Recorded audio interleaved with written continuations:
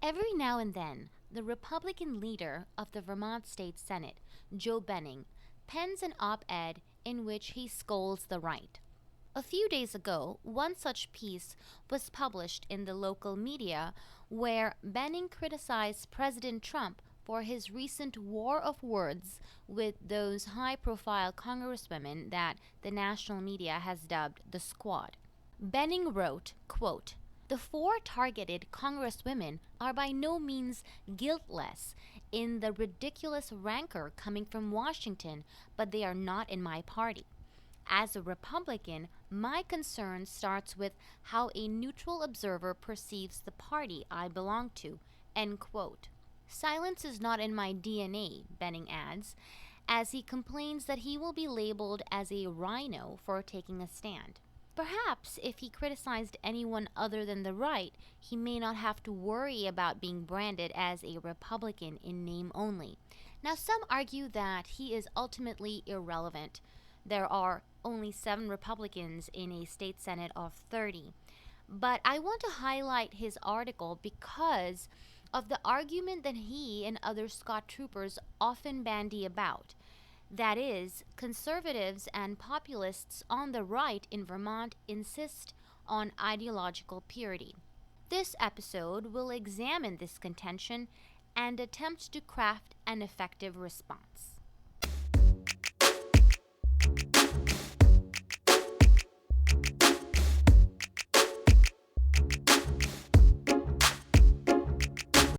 Ideological purity means remaining 100% true to your values, ideals, and principles when you vote. So, if a candidate does not match you on a key value or set of values, you don't vote for him, period. Does wanting to clearly distinguish the right from the left's policies and positions amount to practicing ideological purity? For example, when I criticized Phil Scott in print about his support for sanctuary state policies in early 2016, many key Republican political operatives and House Republicans vilified me for practicing ideological purity. I couldn't understand that because all I had done was show public support for U.S. border and immigration laws. Isn't support for the sovereignty of the U.S. nation and respect for the rule of law integral to right-of-center politics? More recently, I argued that the left has become pro-abortion instead of pro-choice. And it is surprising that Scott and Benning and other Scott troopers support Vermont's new law that reflects this radical position. Moreover, Benning supports a current push to change the Vermont state constitution in order to allow abortion right up to the date of delivery. In U.S. politics, when it comes to the issue of abortion, the left and right have been historically divided as pro-choice on the left and pro-life on the right. Now, things are different. Now it is pro-abortion on the left and not pro-abortion on the right. So, if Benning is pro-abortion, as the issue has been newly reframed, then isn't he positioning himself on the left? So, on the one hand, he advocates for left-of-center positions, and on the other hand, he criticizes people on the right who don't agree with his stance. Consequently, people on the right who don't agree with left-of-center positions are then maligned as ideologues or purists who are uncompromising and therefore intolerant. It seems to me that the Scott troopers want to have their cake and eat it too. They want to appease the left by parroting their positions and at the same time silence legitimate opposition from voices on the right by criticizing them of practicing the ideological purity test. Consider the example of former House Republican leader Don Turner, who ran for lieutenant governor last year. I own a communications company, and the House Republican caucus was a past client. So I've had the opportunity to work very closely with Don, and I've seen that his natural instincts on issues fall on the right. However, he supports taxing and regulating marijuana and Act 46, which is an education law that consolidates school districts across the state.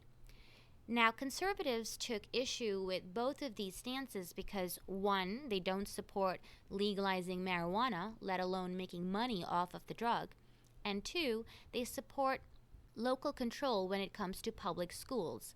And Act 46 is extremely controversial and has caused a lot of chaos, building on Act 60 and Act 68, which are very complicated, very tortured education financing laws that I will discuss in a forthcoming episode.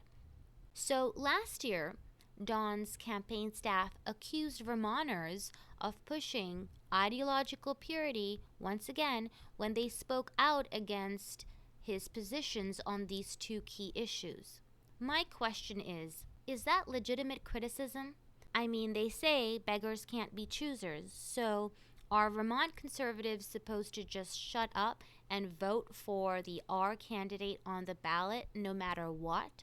Building on that, I have a few more questions that I struggle with. Why must the right accept Montpelier's progressive and democratic status quo? The Scott Troopers say it's because there aren't enough Republican voters in Vermont. So therefore, Republican candidates need to appeal to the middle and left of center Democrats in order to win. But why must we accept the math of the present voting populace as it stands, when we know that so many people on the right just do not vote? And why don't they vote? Because they can't tell the difference between Republican and Democratic candidates. When prominent Republicans in office advocate for positions that are clearly on the left, who can blame the average Vermonter with right-leaning proclivities from staying home? What if right-of-center candidates proudly and unabashedly advocated for positions that are conservative? Would that help in getting people who don't vote to come to the ballot? Wouldn't it change the makeup of the current voting population in Vermont? We should aim to get more of the population engaged with the political process. It seems that establishing ideological distinction between the two political aisles is critical to achieving that important goal of getting more Vermonters actively involved with our sociocultural discourse and political franchise. Let's look at the numbers very broadly. There are a little over 500,000 adults in Vermont, and in high turnout election years, we see around 300,000 votes cast. So where are those missing 200,000 people? Are none of them eligible to vote? Now let's look at the state of Vermont today. For the first time in our history, we are $200 million in the red, and this debt will only grow. We rank 49th in the nation for nearly every measure of economic growth and development. Why can't Republicans convince any number of those missing 200,000 Vermonters to vote in favor of a pro-growth agenda?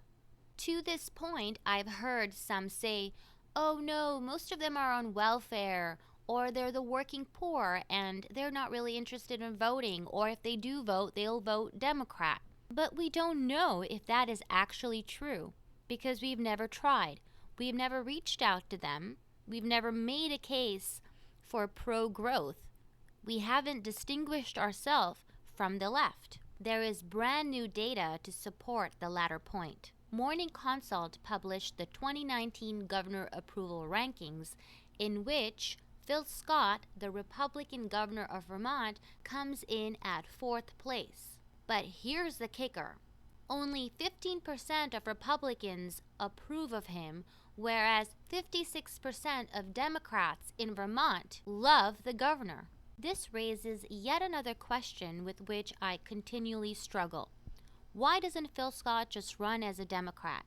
My only guess is that he doesn't do so because the modern Democratic Party, obsessed with intersectionality and identity politics, has no room and certainly no love for another old white man.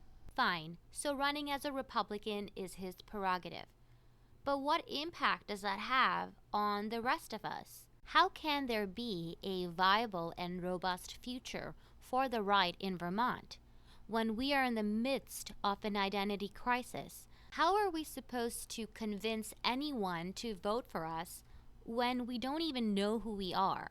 This is not to say that there is only one legitimate voice that speaks for the right in Vermont. On the contrary, the American right has always comprised of a coalition of religious groups, Second Amendment supporters, libertarians, neoconservatives, classical liberals, Reagan Democrats, more recently Trump Democrats, and many more. Notwithstanding the rich diversity of voices and opinions on the right, the philosophical positions and policies proposed by members of this coalition need to fall within defined parameters. Without these parameters, how can we have a viable right in Vermont? Let's try this thought experiment.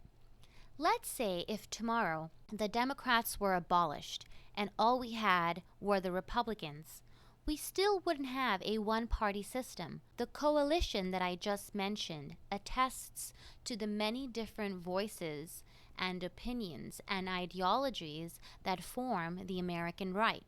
However, if tomorrow the right were abolished, then what would we get?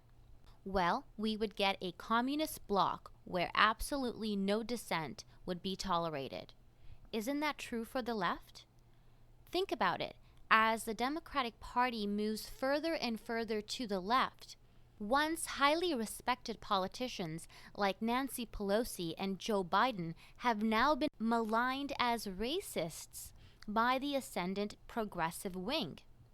Doubling down on their zero tolerance of dissent policy, Ayanna Pressley, Democratic Party congresswoman from Massachusetts and a member of the aforementioned squad, recently declared, quote, "We don't need any more brown faces that don't want to be a brown voice. We don't need black faces that don't want to be a black voice.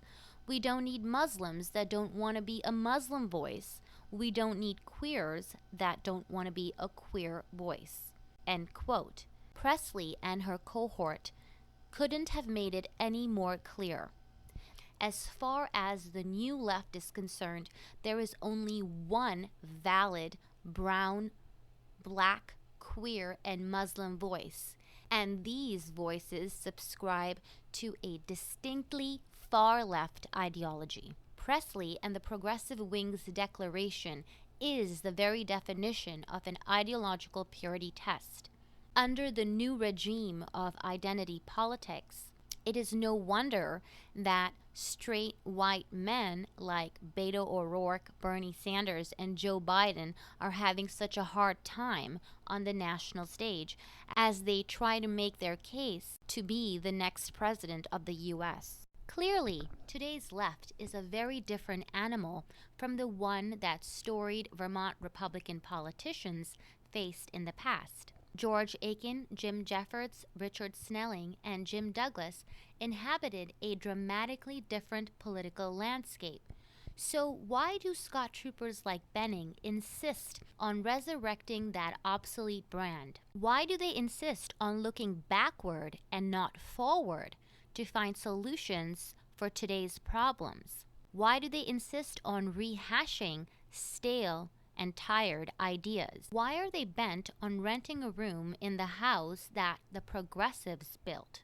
Sticking to politically right-of-center principles and standing apart from the left does not amount to practicing ideological purity. That said, it is absolutely imperative to define and communicate the sociopolitical parameters of the political right to the people of Vermont.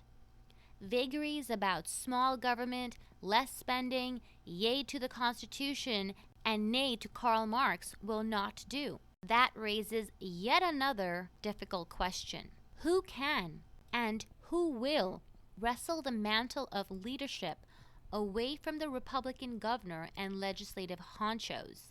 Which person or persons will emerge as the leader of the new right in Vermont? This podcast will strive to find answers to that question, as well as all the other challenging, critical, and exciting ones raised in this episode. For more political analysis and an examination of the issues in a state run by the far left, stay tuned for more episodes. I'm super thrilled to share that the podcast is now available on iTunes, so make sure to subscribe for new episodes every Tuesday with bonus Thursday thoughts. Write to me at megpodcast@gmail.com, or you can find me on Facebook on my Facebook page, Dialogues with Meg Hansen, where you can watch interviews from my TV show. Until next time, I'm Meg Hansen, and you've been listening to Writing What's Left.